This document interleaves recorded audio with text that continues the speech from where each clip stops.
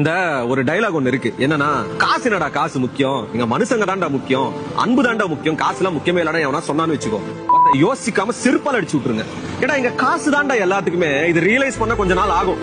டைலாகா விடுறதுக்கு ஓகே தான், காசு முக்கியம் கிடையாது, அன்புன்றதா அனாத மயிறு அப்படின்னு சொல்லிட்டு, இதுல இந்த லாரி ஓட்டுறவங்களா இருக்கட்டும், பஸ் ஓட்டுறவங்களா இருக்கட்டும், கார் ஓட்டுறவங்களா இருக்கட்டும், டெய்லி வேலைக்கு போறவங்களா இருக்கட்டும், வீட்டுல குடும்பத்தை ரன் பண்றவங்களா இருக்கட்டும், ஸ்கூல் போற பையனா கூட இருக்கட்டும், காசு இல்லாம அவனால சந்தோஷமா இருக்க முடியுமா?